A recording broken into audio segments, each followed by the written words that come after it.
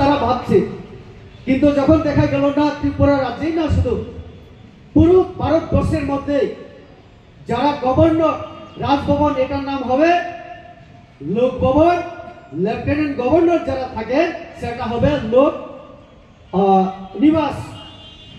কেন্দ্রীয় সরকারের তরফ থেকে যখন নোটিফিকেশন জারি করা হলো, এই নোটিফিকেশন যে আসতে আমাদের কয়েক ঘন্টা সময় লাগলো, আমাদের নেতারা সহ্য করতে পারে না। তার আগে কমেন্ট করতে শুরু করলো, প্রতিক্রিয়া দিতে শুরু করলো। রাজনীতি না বুঝে রাজনীতি করলে সেটাই হয়। বলছে রাজকোষাগারে দিয়ে তৈরি রাজভবনের নাম পাল্টে কিভাবে ইয়ে হবে, সেন্টিমেন্ট এবং ইমোশনকে সবসময় কাজে লাগানোর চেষ্টা, ত্রিপ্রাসাদেরকে বোকা বানানোর চেষ্টা। এই জন্য গতকাল যখন আবার মাননীয় প্রধানমন্ত্রী বললেন আমি যেখানে বসে কাজ করি আমার অফিস পিএমও প্রাইম মিনিস্টারের অফিস, তার নাম আমি পরিবর্তন করতে চাই।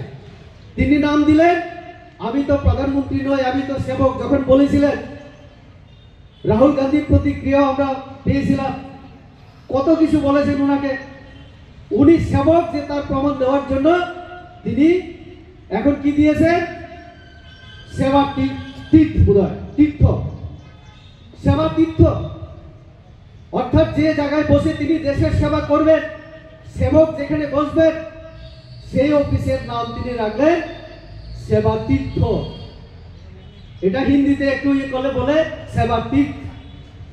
তো এইভাবে আমাদের প্রধানমন্ত্রী গণতন্ত্রকে, প্রজাতন্ত্র আমরা বলি, রিপাবলিক যে শব্দ, সাধারণতন্ত্র, আমাদের এখানে গণতন্ত্র এবং প্রজাতন্ত্র দুইটাই আছে। আমরা অনেক সময় যারা রাজার অন্ধভক্ত, যারা রাজা এবং রাজ শব্দ শুনলে আতঙ্কিত হয়, চিন্তিত হয়, তারা এই দুইটাকে অনেক সময় বুঝতে পারে। আমি না হয় সংবিধান জানি না, রাজনীতি কম বুঝি, কিন্তু যারা বুঝে তাদের একটু চিন্তা করে বলা দরকার।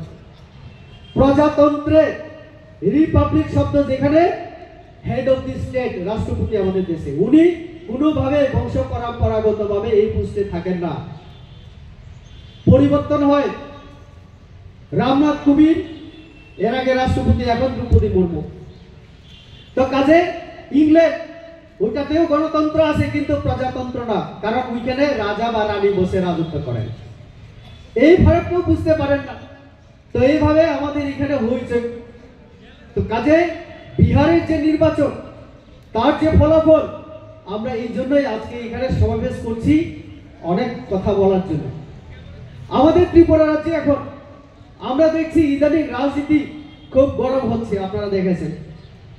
আমি বললাম একটু আগে, আমি তো শর্টম্যান, আমি কি অন্যায় করলাম? 27 তারিখ একটা জনসভা